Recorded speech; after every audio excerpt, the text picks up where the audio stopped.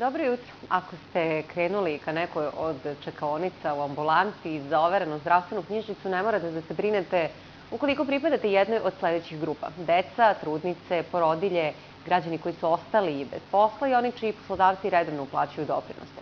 Postavlja se pitanje kako do knjižice da dođu mladi ljudi po završetku školovanja koji nikada nisu bili u radnom odnosu. Novosađanin Danilo Dragović završio je pravni fakultet. Nezaposlen je i živi kod roditelja. Zdravstveno osiguranje nema već 3 godine. Do tada sam imao redovno, dok sam studirao i to, recimo, blizu 26. godine.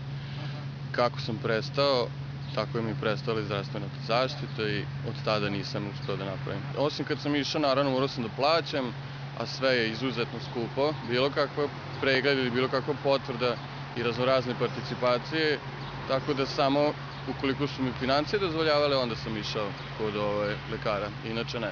U saopštenju koje smo dobili iz Republičkog fonda za zdravstveno osiguranje citiran je Zakon o zdravstvenom osiguranju. Po članu 17 svojstvo osiguranika utvrđuje se i licima koji imaju pravo na novčanu naknadu po osnovu nezaposlenosti prema propisima o zapošljavanju. Po članu 24 prava iz obaveznog zdravstvenog osiguranja obezbeđuju se i članovima njihovih porodica. Po članu 22 svojstvo osiguranika priznaje se licima koja pripadaju grupaciji stanovništva koja je izložena povećanom riziku od obolevanja i licima koja su u kategoriji socijalno ugroženog stanovništva, ako ne ispunjavaju uslove za sticanje svojstva osiguranika iz člana 17 ovog zakona, ili ako prava iz obaveznog zdravstvenog osiguranja ne ostvaruju kao članovi porodice osiguranika i ako su im mesečni prihodi ispod cenzusa.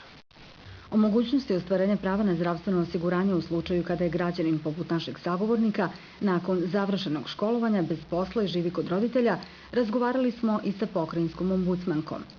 Bavili smo se i ovim pitanjem, nažalost zaista nema rešenja za te naše građane, osim ako nisu u situaciji da nemaju prihoda, da nemaju imovine, da nemaju nikog u porodičnom domaćinstvu ko bi mogao da ih izdržava, tada posredstvom Centra za socijalni rad mogu da naprave, odnosno da im se overi zdravstvena knjižica. Ostaje da nadležni nađu rešenje kako da svi naši građani ostvare pravo na zdravstveno osiguranje.